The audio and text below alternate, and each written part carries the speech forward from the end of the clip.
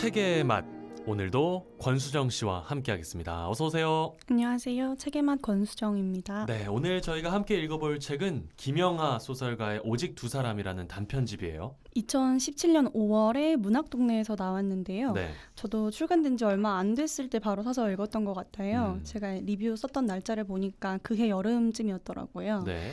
김영하 작가는 일단 뭐 워낙 유명한 작가여서 구체적인 소개를 저희가 안 해도 될 것 같지만 그래도 간단히 좀 해볼까요? 김영하 소설가는 이제 1968년생이시고 1995년도에 개간지 리뷰에 거울에 대한 명상을 발표하면서 작품 활동을 시작했습니다. 네, 이후로도 뭐 빛의 제국, 검은 꽃, 무슨 일이 일어났는지 아무도 이런 다양한 작품들을 내셨었고 동인문학상, 이상문학상, 황순원 문학상 그리고 오늘 읽어볼 아이를 찾습니다로 수상하신 김유정 문학상까지 거의 한국의 내로라는 문학상들은 다 받으신 것 같아요. 네, 그러네요, 진짜. 네. 가장 유명한 소설가라고 봐도 되지 않을까요, 그쵸. 우리나라에서? 예. 거의 모르는 사람이 없을 정도니까. 그러니까 뭐 광고도 많이 찍으시고. 그 나이 때 분 같지가 않아요. 저희 맞아요, 어머니하고 나이가 되게 비슷하신 편인데. 그러니까 68년생이시면 음. 예, 근데 전혀 그렇게 보이지가 않습니다. 이렇게 소설가의 이미지라는 게 뭔가 네. 지적인 이미지가 더 있어서 그런지 맞아요. 더 젊어 보이시는 것 같아요. 음, 근데 저는 이게 김영하 작가가 다작을 하신 편이라고 생각을 하는데 네. 그런 거 치고는 많이는 못 읽어봤고 저도요, 예. 네, 한 4-5권 정도 읽은 것 같아요. 음, 근데 이제 확실히 검증된 작가라서 그런지 뭘 읽어도 대체로 다 중간 이상은 갔던 것 같은.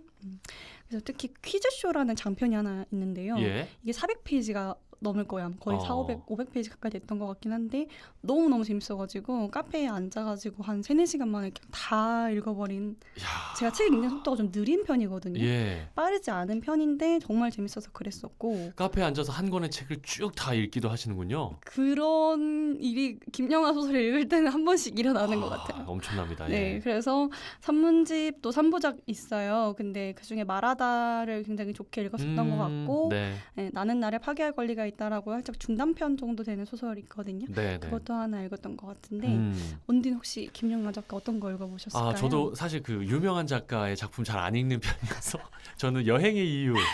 예. 그나마 최근에 나온 최근작입니다. 거죠. 예. 그렇죠. 오늘 읽어볼 소설은 좀 무겁고 침울해요. 좀. 근데 특히 아이를 찾습니다 같은 경우에는 되게 슬프고 황망하거든요. 네. 음. 오늘 오직 두 사람이라는 단편 소설집에 수록되어 있는 아이를 찾습니다로 먼저 들어가 볼까요? 줄거리를 좀 대략 말씀드려보면요. 네. 윤석과 미라라는 이제 부부에게 새 돌을 같이 난 성민이라는 아이가 있습니다. 벌써 슬퍼지려고 해요. 예. 제목 딱 보면은 예. 무슨 이야기인지 알 것 같잖아요. 네네네. 근데 이 마트에서 윤석은 핸드폰 가게에 핸드폰 보고 미라는 화장품 가게에 간 사이에 아이가 없어져 버린 거예요. 근데 이러니까 부부가 애를 없어진 걸 알고 서로를 막 원망을 하는 거죠. 네. 뭐 그게 중요한 게 아닌데도 마음이 너는 왜 핸드폰 정신이 팔려서 너는 왜 말도 없이 화장품 가게를 가서 막 이러면서 싸우기 시작하는 거죠. 근데 그러다가 이제 아이가 없어진 채로 그렇게 11년이 흘러요. 근데 이 소설의 초점은 아이가 없어진 동안의 그 이야기라기보다도 예. 아이가 돌아오거든요. 그 이후의 이야기를 하는 게 중요한데 네. 어느 날 아이를 찾았다고 전화가 걸려오는데 그 긴 시간 동안 얼마나 뭐 장난 전화라든지 뭐 허사라든지 그 엄청 많이 그랬을 거 아니에요. 예. 그러니까 막 처음엔 좀 시큰둥하다가 이것저것 다 종합을 해보니까 그 애가 맞더라. 잃어버린 장소 뭐 이런 모든 나이 이런 게 다 맞고 뭐 나중에 유전자 검사도 해보니까 이제 맞았겠죠. 예. 그래서 이제 아이가 돌아오는데 왜 잃어버렸냐면 그러니까 지금 40대인 여성이 애를 유괴를 해가지고 자기 아이처럼 키우다 자살을 했다는 거예요. 아이고. 근데 이제부터가 중요한 거죠. 그 4살 때 잃어버린 애를 11년 만에 만났으니까 15살이 돼서 애가 돌아온 거잖아요. 그랬겠죠. 근데 그럼 키운 시간보다 떨어져 있던 시간이 더 많았다는 거란 말이에요. 네네네. 특히 15은 우리나라에서 중2병이라고 할 만큼 질풍노도의 시기인데 아이로서는 친모라고 생각하고 살아왔던 사람은 자살을 하고 본인은 유괴를 당했었다고 하면서 갑자기 이 윤석이네 부부 앞에 일다 놓고 이 사람들이 너희 친부모다 이러는 거죠. 네. 완전 혼란에 빠져버리는 거죠, 아이도. 네, 아이한테도 엄청난 혼란일 그쵸. 거고 그 아이를 잃어버린 윤석 이 부모님도 그렇죠. 상당히 당황스러울 것 같습니다. 네. 그 고레에다 히로카즈 감독의 영화 중에 그렇게 아버지가 된다 혹시 보셨어요? 저 그 생각이 진짜 많이 예, 나더라고요. 약간 비슷하네요. 네, 조금 네. 그래서 이제 핏줄이냐 아니면 키운 정이냐 그런 얘기를 많이 네네네네네. 하잖아요. 그거를 이제 뒤에 보다 보면 알 수 있는데 음, 이제 아이를 11년 동안 찾아다녔으니까 부부 삶이 정상이 아닌 거죠. 그랬겠죠. 아내는 거의 정신병에 걸렸고 남편은 좋은 직장 잃어버리고 근근히 생계를 유지하면서 돈 벌어서 전단지 돌리고 돈 벌어서 전단지 돌리고 이러면서 산 거예요. 네. 그러니까 집이 말도 아닌 상황이니까 애도 이 집에 와서 더 적응을 못 하는 거죠.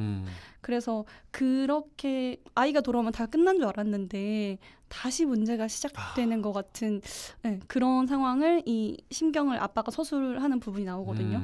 여기를 한번 언니가 낭독을 해봐 주시겠어요? 제 딸이 이제 4살이거든요. 그래서 감정이입을 조금 해보니까 정말 막막할 것 같네요. 예.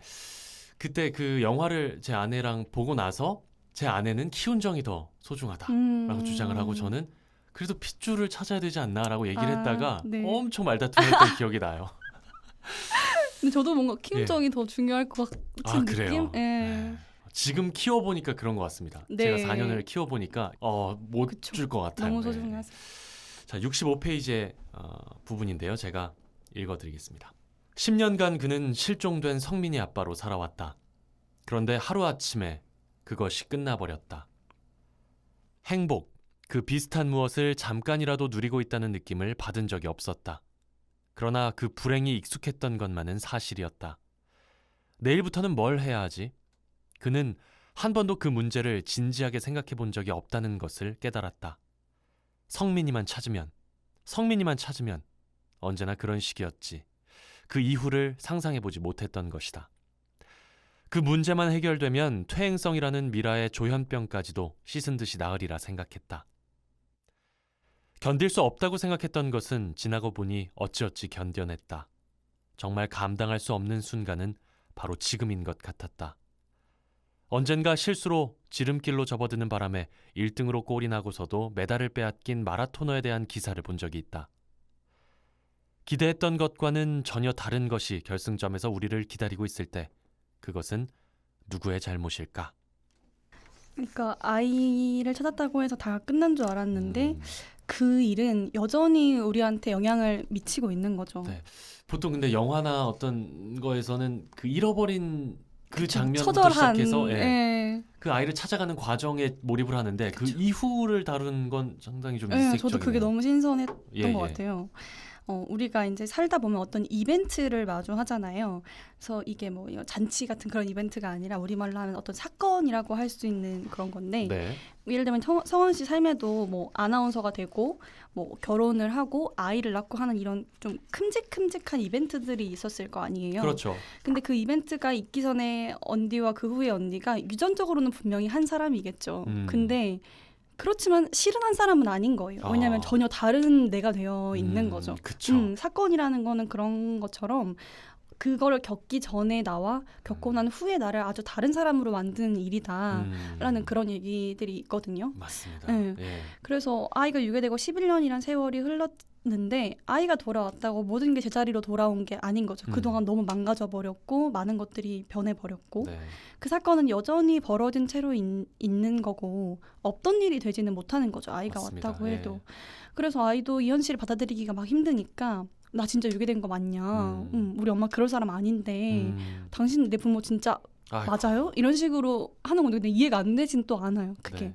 그렇게 묻는 장면이 나오니까 이 아버지인 윤석이 이런 다음에 이어지는 독백을 하거든요.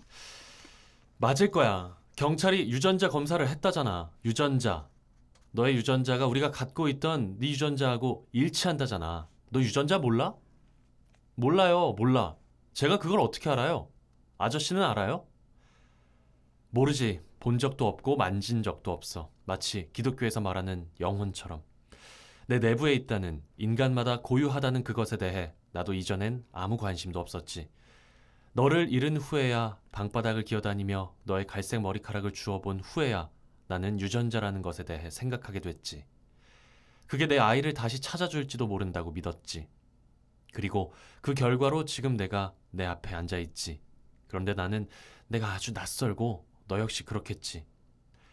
우리가 너의 베네옷에서 찾아낸 머리카락과 너의 구강에서 긁어낸 세포에서 나온 유전자가 일치하면 그게 한 사람이라는 증거라는데 우리는 그걸 믿어야 한다는데 반드시 믿어야 한다는데, 그럴 수밖에 없다는데 왜 그것은 우리 눈에 보이지를 않을까? 제가 이 부분이 왜 인상 깊었냐면 네. 이제 제가 대학교 때 들었던 수업 중에 뭐 인격 동일론이라는 그런 게 있었어요. 아, 그래요? 근데 그게 뭐냐면 저도 겉핥기로 들어서 잘은 몰라요. 근데 권수정을 권수정이게 하는 게 뭐냐. 뭐 어제의 권수정이 있고 오늘의 권수정이 어떻게 해서 같은 사람이냐라는 이런 질문이에요. 네. 근데 이 인격의 동일성을 뭐 신체로 따질 건지, 그러니까 몸이나 얼굴이나 이런 게 같으니까 그러니까 권수정이라는 건지, 정신, 이 사람이 가지고 있는 정체성이나 기억이 나는 권수정이다라고 생각하니까 그런 건지, 네. 아니면 영혼인지 뭐 이런 걸 연구를 하는 거래요. 예, 상당히 심오하네요. 되게 재밌죠. 예, 예.